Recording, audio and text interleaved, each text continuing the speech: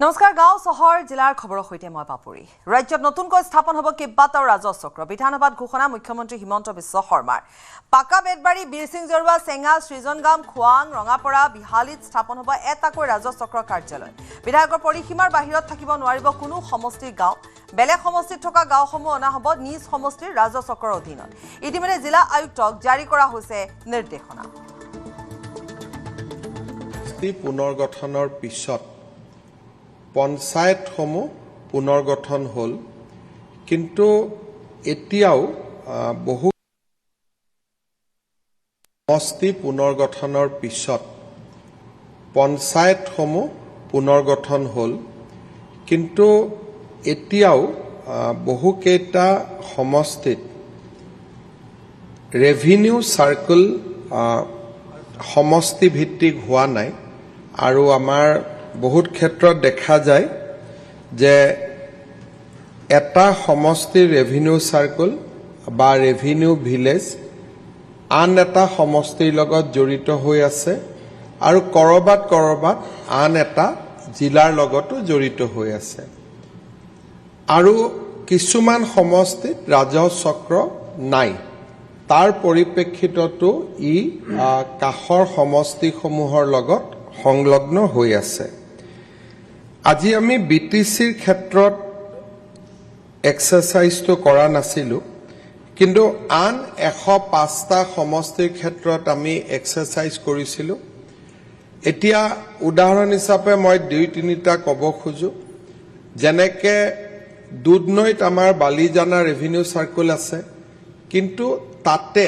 গোৱালপাৰা পূব সমষ্টিৰ গাঁওসমূহ জড়িত হৈ আছে ঠিক তেনেধৰণে বৰক্ষেত্ৰীত আমাৰ এখন পঞ্চায়ত হৰ্থেবাৰী বা বৰপেটা সমষ্টিৰ লগত জড়িত হৈ আছে তেনেকে আমাৰ টিংখঙৰ গাঁও নাহৰকটীয়াৰ লগত জড়িত হৈ আছে সেইবাবে আজি আমি এটা প্ৰথম পৰ্যায়ত এটা এছেছমেন্ট কৰি জিলা উপায়ুক্তসকলক মই 2 দিনৰ ভিতৰত আমাক প্ৰস্তাৱ পঠাব কৈছো যে কোনো সমষ্টিৰ গাঁও যাতে এমএলএ এৰিয়াৰ বাহিৰত নাথাকে আৰু মই উদাহৰণ দিব পাৰো যেনেকে গোলাঘাট সমষ্টিৰ বহু কেইখন গাঁও দেৰগাঁও সমষ্টিত আহিছে কিন্তু ৰেভিনিউ সাৰ্কেলটো এতিয়া গোলাঘাটতে আছে তেনেকে তিতাবৰৰ পুৰণা 10খন গাঁও গোলাঘাট জিলাত আহিলে সমষ্টি গোলাঘাট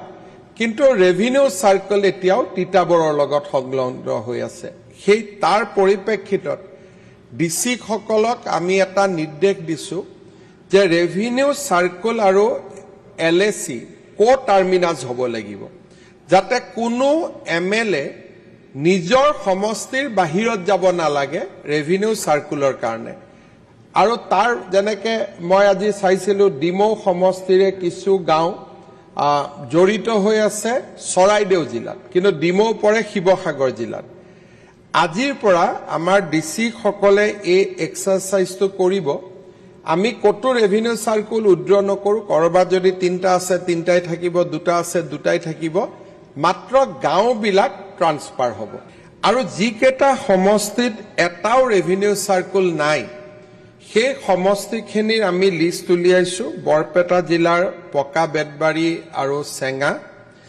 বঙাইগাঁও জিলাৰ সৃজনগাম কাছাৰ জিলাৰ বৰখলা আৰু ধলাই ধুবুৰীৰ বীৰসিং জৰুৱা এতিয়া যদি সাউথ সালমাৰাত কিবা ইয়াৰ গাঁও আছে এইখিনিও ধুবুৰীলৈকে ট্ৰান্সফাৰ হ'ব ধুবুৰীত বীৰসিং জৰুৱা ডিব্ৰুগড়ত খোৱাং গোৱালপাৰাত জলেশ্বৰ কামৰূপ মহানগৰত সেন্ট্ৰেল গুৱাহাটী লখিমপুৰত নাওবৈছা তিনিচুকীয়াত মাকুম ডিগবৈ আৰু শোণিতপুৰ জিলাত ৰঙাপাৰা বিশ্বনাথ চাৰিআলিত বিহালী এই সমষ্টি কেইটাত এটাও ৰেভিনিউ সাৰ্কেল নাই ইয়াতে আজি আমি সদনত জনাবলৈ পাই ভাল পাইছো যে চৰকাৰে তৎকালীনভাৱে এই গোটেই কেইটা সমষ্টিত এটা ৰেভিনিউ সাৰ্কেল দিবৰ বাবে সিদ্ধান্ত লৈছে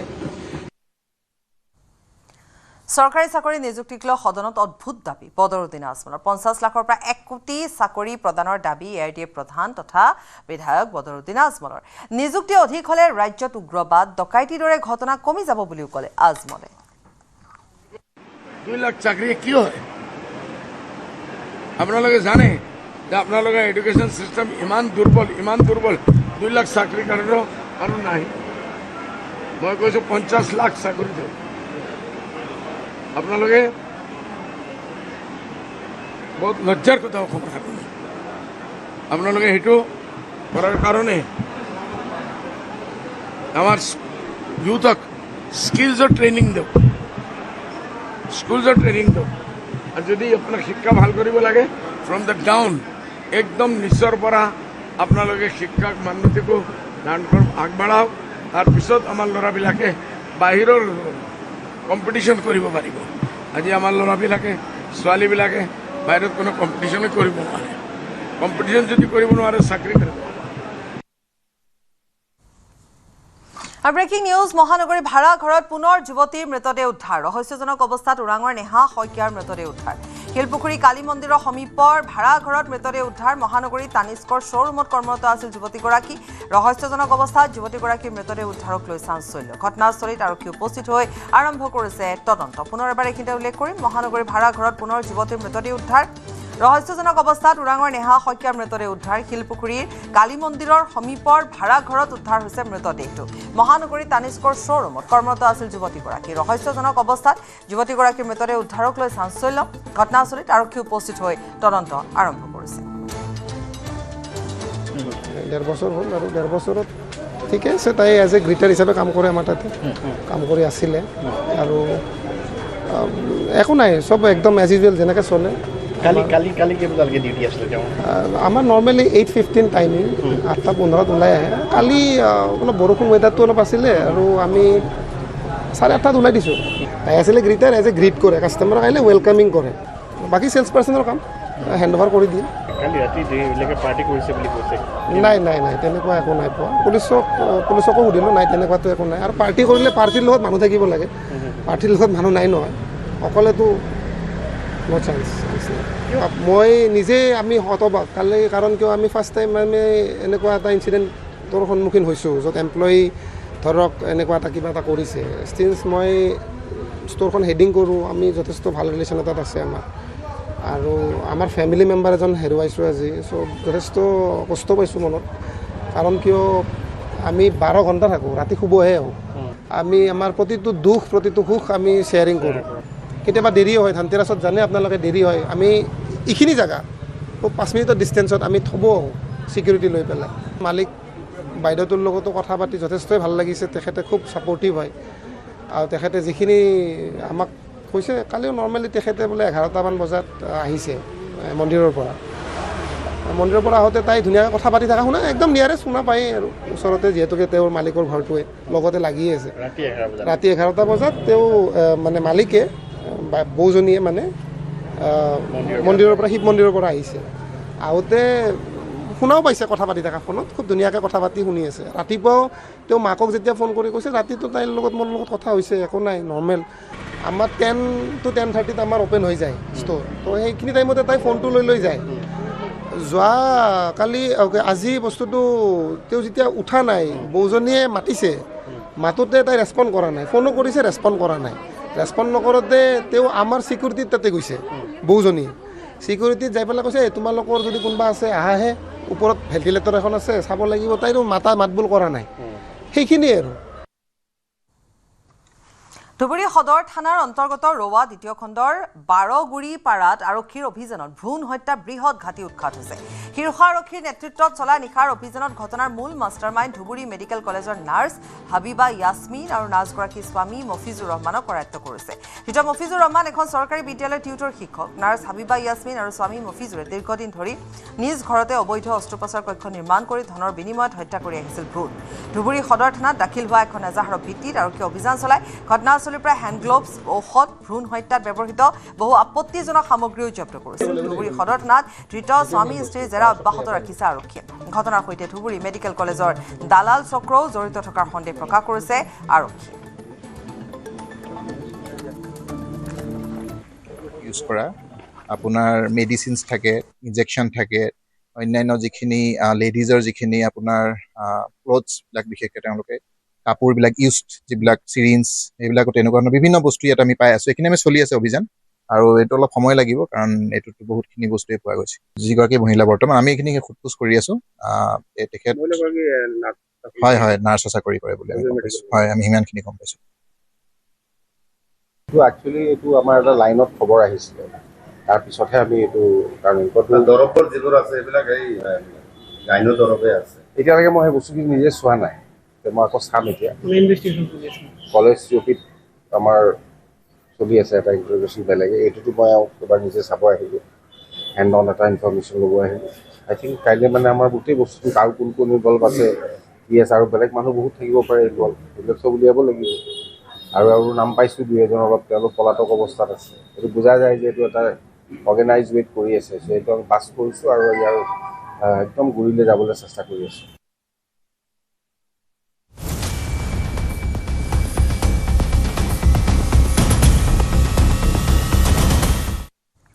শান্তিপুৰৰ হৰেশ্বৰ ডেকাৰ মৃত্যু কিন্নৰৰ আক্ৰমণত হোৱা নাছিল। কিন্নৰ নেহাক লগ কৰিবলৈ শান্তিপুৰলৈ আহিছিল হৰেশ্বৰ ডেকা। ড্ৰাগছ বেপাৰী আক্ৰমণত হৰেশ্বৰ ডেকাৰ মৃত্যু হোৱাৰ অভিযোগ। নিশা ঘৰৰ সন্মুখতে আনোৱাৰ আৰু হৰেশ্বৰৰ মাজত কাজিয়া লাগে, বাক বিতণ্ডা হয়। সামান্য তৰ্কাতৰ্কিৰ পৰা দুই পক্ষৰ মাজত প্ৰচণ্ড মাৰপিট লাগে। কেইবাজনেও দলবদ্ধভাৱে গুৰুলকৈ হৰেশ্বৰক প্ৰহাৰ কৰে। দলটোৰ দলবদ্ধ আক্ৰমণত GMCHত মৃত্যু হয় হৰেশ্বৰ ডেকাৰ। ভৰলু থানাত 108/26 নম্বৰত গোচৰ ৰুজু হৈছে। মূল অভিযুক্ত আনোৱাৰ, চানোৱাৰ, ৰাজা, মনোৱাৰ আৰু ৰাজাৰ পত্নী।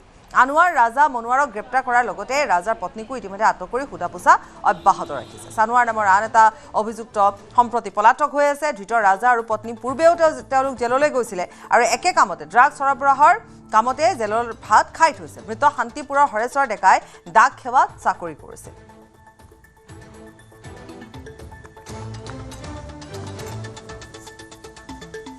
কিন্নৰ, নেহা, জেনি আৰু ময়ূৰী ভূতনাথত এটা ফ্লেটত থাকে। তাৰ ঘৰত সিহঁত দুয়োজনে মদ খাবলৈ যায় আৰু মদ খাই ঘূৰি অহা অৱস্থাত চিৰিত তলৰ পৰা হৰেশ্বৰ ডেকা মৃত হৰেশ্বৰ ডেকা আৰু তেওঁৰ বন্ধু চনু চৌধুৰী দুয়োজনে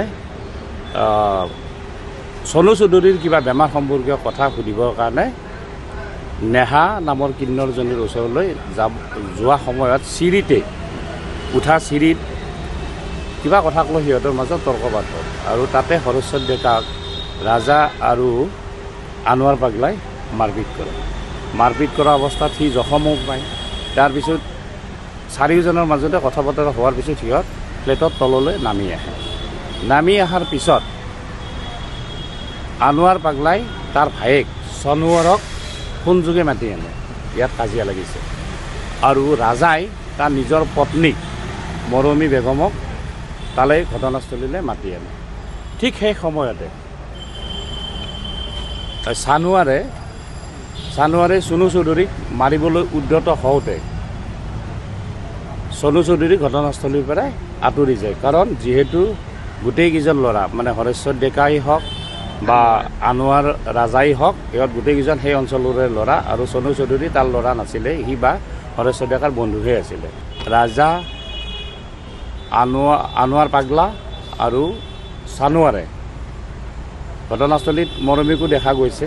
এই তিনিজনে লগ লাগি হৰেশ্বৰ ডেকাক নিৰ্মলভাৱে প্ৰহাৰ কৰে, যাৰ ফলত হৰেশ্বৰ ডেকাই মূৰত গুৰুতৰভাৱে জখম পায় আৰু গুৰুতৰভাৱে জখম পোৱা অৱস্থাত তাতে ঘটনাস্থলীতে ভূতনাথ আপোনাৰ কালী মন্দিৰৰ ওচৰত তাতে পেলাই থৈ ইহঁত পলাই গুচি যায়।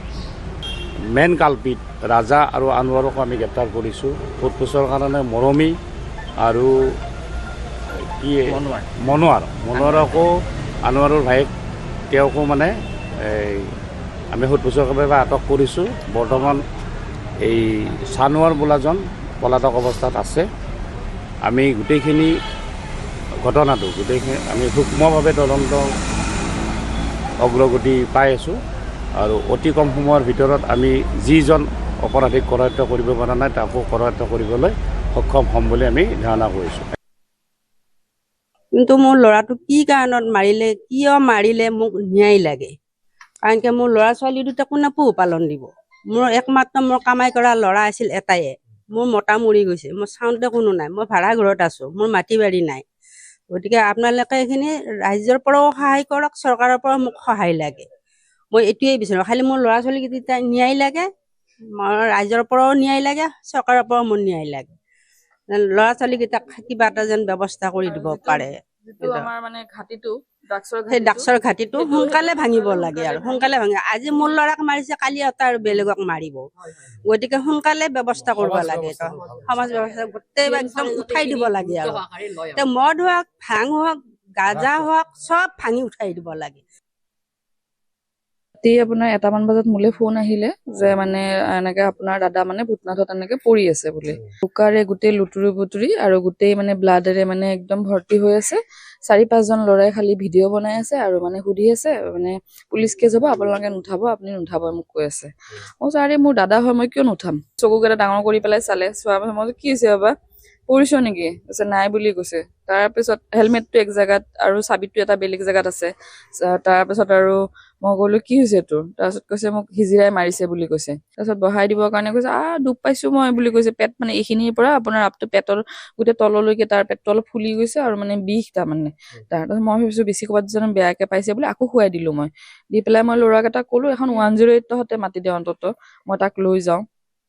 তাৰপিছত 108খন মাতি দিলে, দিয়াৰ পিছত 108ত মই অকলেই মোৰ ল'ৰাটোৰে এনেকে লৈ গ'লো GMCHলৈ। তেওঁলোকে লগে লগে পৰীক্ষাবিলাক কৰিলে, কৰি পেলাই মানে ৰিপৰ্টত পাইছে যে মানে মূৰত ব্লাড জমা হৈ গৈছে আৰু পেটত পুৰা মানে ভালকে ইনজৰ হৈছে, য'ত মানে ইণ্টাৰনেল ব্লিডিং হৈছে, যিটো মানে বাচাবলে বহুত মানে চান্স কম বুলিয়ে ক'লে তেওঁলোকে। লৈ যায় ব্লাড দিব লাগে বুলি ক'লে। মানে ডক্টৰে কৈছে যে ভেন্টিলেটৰ মানে লগাব লাগিব আৰু মানে তেখেতে উশাহ নিশাহ লোৱাটো কষ্ট হৈ গৈছে বুলি কৈছে। তাৰপিছত ভেন্টিলেটৰ লগালে, 6:25ত ডক্টৰে মানে কৈছে যে নাই, তেওঁ ঢুকাইছে বুলি ক'লে। তেনেকে গতিকে এতিয়া চাওক, ল'ৰাটোতো মোৰ ইমান বেয়াকে মোৰ দাদাটোক মাৰি পেলাই শেষ কৰি পেলালে তাৰ জীৱনটো। অকমানি ছোৱালী 2জনী আছে, এটা 6 বছৰীয়া, এটা 10 বছৰীয়া। আমাৰ একমাত্ৰ উপাৰ্জন মাত্ৰ মানে দাদাই, আৰু ঘৰত কোনো উপাৰ্জন কৰা ব্যক্তি নাই। দেউতা আছে, দেউতাও ঢুকাইছিল। তেনেস্থলত আমি আজি আমাৰ ওচৰৰ ল'ৰা এজন ঢুকাব লগা হৈ গ'ল। তেওঁ পোষ্ট অফিচৰ কৰ্মচাৰী আছিল। তেওঁ ৰাতি আহি অফিচৰ পৰা অহাৰ পিছত তেওঁ মানে এই কেইজনমান হিজিৰা মানে ভূতনাথত থাকে। থকাৰ ফলত তেওঁলোকৰ তাতে মানে কিবা ধৰক কিবা গাৰ বেমাৰ আজাৰ হ'লে তেওঁলোকৰ পৰা কিবা এটা পালে মানে গাটো সুস্থ হয় বুলি তেওঁ তাতে গ'ল। যোৱাৰ পিছত কি হ'ল, তেওঁ মানে কেইজনমান ৰেল লাইনৰ পৰা ড্ৰাগছ ব্যৱসায়ী আহিছিল। আহি কিনে মানে ঘৰৰ ভিতৰত সোমাওঁতে তেওঁলোকৰ সেই হিজিৰাকেইটাৰ তাতো গৈছিল। যাওঁতে মানে গম পালে যে হয় এওঁলোকে অবৈধকাৰী, মানে বেয়া কামত লিপ্ত থকা ড্ৰাগছ ব্যৱসায়ী। তাৰপিছত তেওঁ সেই ল'ৰাজনে আমাৰ ইয়াত থকা মানে তেওঁ মাত দিলে। মাত দিয়াৰ পিছত কি হৈছে, তেওঁ মানে অলপ খেদি গ'ল সেই ল'ৰাকেইজনক, যোনকেইজন ড্ৰাগছ ব্যৱসায়ী। তাৰপিছত যেতিয়া খেদি যায়, তেতিয়া মানে কি কৰে, সেই ল'ৰাবিলাকে কালভাৰৰ তলত তেওঁক অকলে পাই মৰিয়াই হত্যা কৰে। হৰে দাস। আপুনি ক'লে যে কালভাৰৰ তলত কেইজনী মাৰিছে, খেদি মাৰিছে। ড্ৰাগছ ব্যৱসায়ী আচলতে কোন, হিজৰা কেইটা নে? হিজিৰাও লগ আছে বুলি শুনিছো আৰু কিন্তু আৰু মানে ৰেল লাইনৰ কাষত যিকেইজন মানে মিয়া সম্প্ৰদায়ৰ মানুহ থাকে, তেওঁলোক বুলি ড্ৰাগছ ব্যৱসায়ী হয়ে তেওঁলোক। লখিমপুৰত বঙালমৰাত নীলোৎপল মিলিৰ মৃত্যুৰ ঘটনা, গোটেই ঘটনাটোৱে ৰহস্যৰ মাজত সোমাই পৰিছিল। আৰু এতিয়া শেহতীয়া আপডেট হৈছে যে ঘটনা সন্দৰ্ভত 2 কিশোৰসহ মুঠ 5জনক কৰায়ত্ব কৰা হৈছে। 3 অভিযুক্তক গ্ৰেপ্তাৰ কৰা হৈছে, 2 কিশোৰক জুভেইনাইল কোৰ্টলৈ প্ৰেৰণ কৰা হৈছে। দেওবাৰে 5 বন্ধুৰ সৈতে বনভোজ খাবলৈ গৈছিল নীলোৎপল মিলি। বনভোজলৈ গৈ ৰহস্যজনকভাৱে মৃত্যু হৈছিল যুৱকজনৰ। অৰুণাচল সীমান্তৰ চেঁচালৈ বনভোজৰ বাবে গৈছিল দলটো। লগৰীয়াই স্কুটিত উঠাই যুৱকজনৰ মৃতদেহ আনিছিল কঢ়িয়াই। আৰক্ষীক মৃতদেহ গতাই দিয়াৰ পাছত মৰণোত্তৰ পৰীক্ষাও হৈছিল। পৰিয়ালক নজনোৱাকৈ আৰক্ষীয়ে মৰণোত্তৰ পৰীক্ষা সম্পন্ন কৰাৰ অভিযোগ। ঘটনাক কেন্দ্ৰ কৰি সোমবাৰে বঙালমৰাত ৰাইজে প্ৰতিবাদ সাব্যস্ত কৰে। ক্ষুব্ধ স্থানীয় ৰাইজে অৱৰোধ কৰে পথ। চলিত বৰ্ষতে উচ্চতৰ মাধ্যমিক উত্তীৰ্ণ হৈছিল নীলোৎপল মিলি।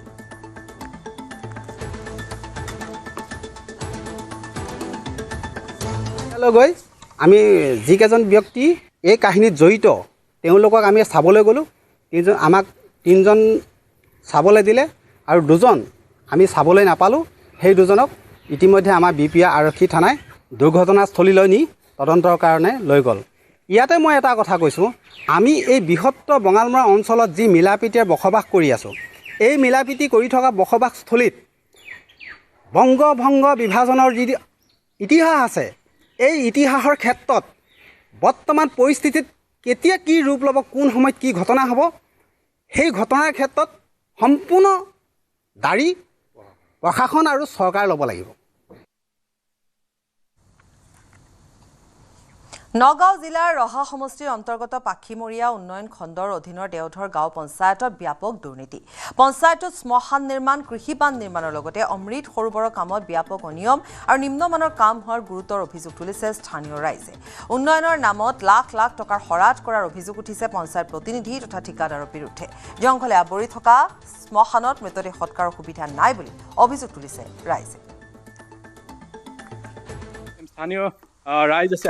আচলতে এই বিষয়টোত ক'বলৈ হ'লে অতিকে দুৰ্ভাগ্যজনক কথা বুলি ক'ব লাগিব যে বিগত 5 বছৰত যি পঞ্চায়ত সেই পঞ্চায়তত বিশেষতে মোৰ এগৰাকী দেওধৰ পঞ্চায়তৰ নিৰ্বাসী হিচাপে মই এতিয়া ক'বলৈ নিজকে লজ্জাবোধ কৰিছোঁ। এইকাৰণেই কৰিছোঁ যে যদি চোৱা যায় তেতিয়াহ'লে পঞ্চায়তে তেখেতসকলে স্কিমবিলাক ক'ত ধৰিছে। এতিয়া আমি য'ত উপস্থিত আছোঁ এইখিনি জেগা হৈছে সম্পূৰ্ণৰূপে জলাশয় জেগা আৰু এই জেগাকণৰ নাম হৈছে অচলীয়া বুলি কয়, অচলীয়া বিল। তেওঁলোকে এই জলাশয়বিলাকতে স্কিম ধৰে একমাত্ৰ গো গাখে গিলিবৰ কাৰণে। এই শ্মশানখন যদি চোৱা যায় এই শ্মশানখন আজি প্ৰায় 3 বছৰমানৰ আগতে আৰম্ভণি কৰিছে, কিন্তু আজিলৈকে তেওঁলোকে স্কিম ধৰি আছে। প্ৰত্যেক বছৰে স্কিম ধৰে আৰু আমিও আহি দেখা পাওঁ যে ইয়াত আহি জব কাৰ্ডৰ সেইসকল মানুহে ইয়াতে ফটো উঠি যায়, কিন্তু ইয়াত কোনো ধৰণৰ উন্নতি হোৱা নাই। এতিয়াও যদি আপুনি চোৱা যায় তেতিয়াহ'লে এই শ্মশানখনত কোনোবা এজন মানুহক এতিয়া আনি পেলাই ইয়াত সৎকাৰ কৰিব পৰা এটা অৱস্থা নাই। এনেকুৱা ধৰণৰ তেখেতসকলে দুৰ্নীতি কৰে। আৰু মোৰ বাওঁ কাষে যদি চোৱা যায় তেতিয়াহ'লে ইয়াত দুটা প্ৰকাণ্ড পুখুৰী আছে। এই পুখুৰীকেইটাতো যদি আমি দেখা যায় তেতিয়াহ'লে প্ৰায় 18-19 লাখ টকাকৈ তেওঁলোকে স্কিম ধৰিছে। যে এই পইচাবোৰ ক'লৈ গৈছে? এই পইচাবোৰ আচলতে তেখেতসকলে গো গাখে গিলিছে।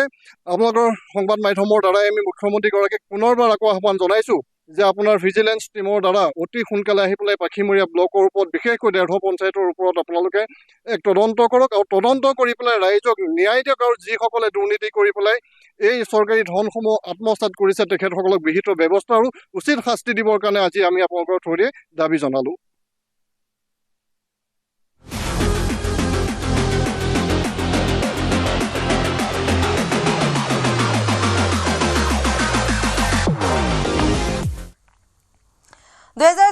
ফিফা বিশ্বকাপৰ আজি প্ৰথমখন ছেমি ফাইনেলৰ মেচ। ফাইনেলৰ প্ৰৱেশৰ লক্ষ্যৰে আজি দুবাৰৰ চেম্পিয়ন ফ্ৰান্সৰ মুখামুখি হ'ব এবাৰৰ চেম্পিয়ন স্পেইন। ভাৰতীয় সময় অনুসৰি আজি মাজনিশা 12:30 বজাত ডলাৰ ষ্টেডিয়ামত মুখামুখি হ'ব ফ্ৰান্স আৰু স্পেইন। বিশ্বকাপৰ ইতিহাসৰ পাতত স্পেইনতকৈ আগবাঢ়ি আছে ফ্ৰান্স। বৰ্তমানলৈ ফ্ৰান্সে দুবাৰকৈ বিশ্বকাপৰ খিতাপ জয় কৰাৰ বিপৰীতে স্পেইনে এতিয়ালৈকে এবাৰ জয় কৰিছে বিশ্বকাপ। 1998 আৰু 2018ত বিশ্বকাপৰ খিতাপ দখল কৰিছিল ফ্ৰান্সে। 2006 আৰু 22 চনত ৰানাৰ্ছ আপ হৈছিল ফ্ৰান্স। ইপিনে 2010 চনত বিশ্বকাপৰ খিতাপ দখল কৰিছিল স্পেইনে। বিশ্বকাপত ফ্ৰান্সৰ বিৰুদ্ধে সফলতাৰ মুখ দেখা নাই স্পেইনে। 2006 বিশ্বকাপতো ৰাউণ্ড অফ 16ৰ মেচত ফ্ৰান্সৰ হাতত পৰাস্ত হৈছিল স্পেইন। ফাইনেলত প্ৰৱেশৰ লক্ষ্যৰে তীব্ৰ গতি, শাৰীৰিক শক্তি আৰু কাউণ্টাৰ এটেকেৰে সাজু হৈছে এমবাপেৰ ফ্ৰান্স। আনহাতে কাইলৈ দ্বিতীয়খন ছেমি ফাইনেলত 4বাৰৰ চেম্পিয়ন আৰ্জেণ্টিনাৰ মুখামুখি হ'ব এবাৰৰ চেম্পিয়ন ইংলেণ্ড। যোৱাবাৰৰ চেম্পিয়ন আৰ্জেণ্টিনাৰ হাতত এইবাৰ আছে আন এক সুবৰ্ণ সুযোগ। ধাৰাবাহিক দ্বিতীয়বাৰলৈ বিশ্বকাপ জয়ৰ সুযোগ আছে মেছি বাহিনীৰ হাতত।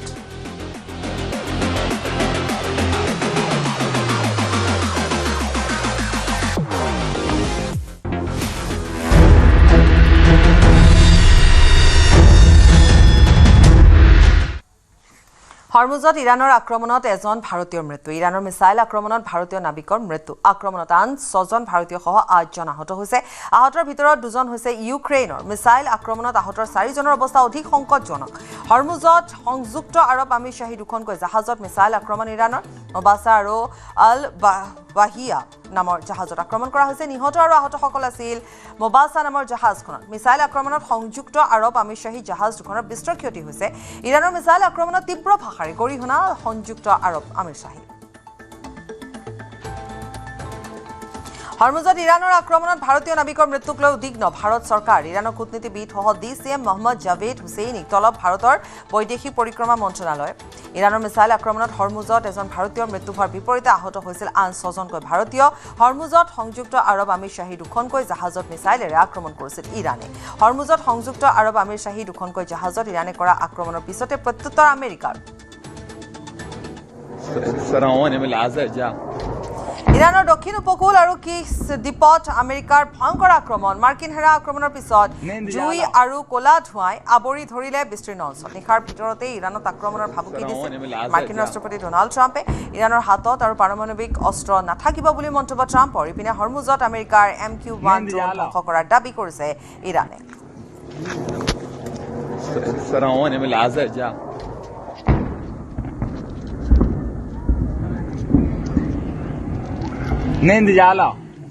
ইৰাণৰ হাতত পাৰমাণৱিক অস্ত্ৰ নাথাকিব বুলি ট্ৰাম্পে এক প্ৰকাৰ হুংকাৰ দিছে হৰমুজত ইৰাণে কৰা আক্ৰমণৰ পিছত আমেৰিকাৰ প্ৰত্যুত্তৰ হৰমুজত ইৰাণৰ আক্ৰমণৰ পিছতে আমেৰিকাই প্ৰত্যুত্তৰ দিছে লগতে কৈছে যে এতিয়ালৈকে বহুতবাৰ এনেধৰণৰ বৈঠকো হৈছিলে সিদিনাখন চূড়ান্তও হৈছিল তাৰ পিছতো এই কাৰ্যক লৈ বৰ্তমান এক প্ৰকাৰ খঙত অগ্নিশৰ্মা হৈছে ট্ৰাম্প হৰমুজত আমেৰিকাৰ MQ-1 ড্ৰোন আৰু হৰমুজত ইৰাণে কৰা আক্ৰমণৰ পিছতে এতিয়া আমেৰিকাই প্ৰত্যুত্তৰ দিছে মুঠতে পুনৰ উত্তপ্ত হৈ পৰিছে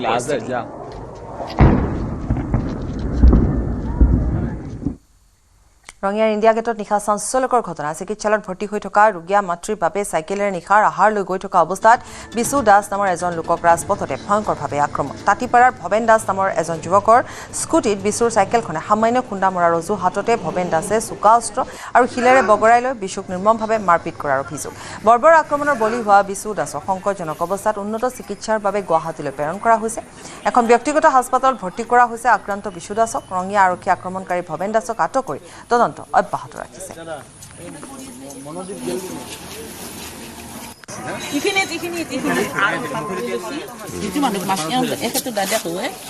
দাদাকো কেনেকৈ বগৰাই লৈছি লৈ পেলাই একদম মানে ইটো বস্তু আনি গাঁত মাৰি দিয়ে সিটো বস্তু আনি গাঁত মাৰি দিয়ে লাঠিও হয় জোতা দি লাঠিও হয় ভোকো হয় মানে বহুত মাৰছি আৰু আমি দেখা নাছোঁ তাৰপৰা লাষ্টত মাৰি ধৰি পেলাই গাড়ী এখন লৈ পেলাই এনেকৈ গেছি গালি বহুত বেয়া বেয়াকৈ গালি পাৰি পেলাই এনেকৈ গেছি যাই পেলাই আৰু ঘূৰি আহি পেলাই আৰু মাৰিব ধৰিছে যেতিয়া আৰু মাৰিব ধৰিছে তেতিয়া আৰু মই কৈছোঁ বোলে চবেই চোৱা মানুহগিলাখনে চাই আছে মই কৈছোঁ চবেই ফাঁচ পেলাই লাগব মানুহগিলাখনে যাই পেলাই আগুৰিব লাগি তাক ইয়াৰ সৈতে বাতৰি বিদায় লৈছোঁ নমস্কাৰ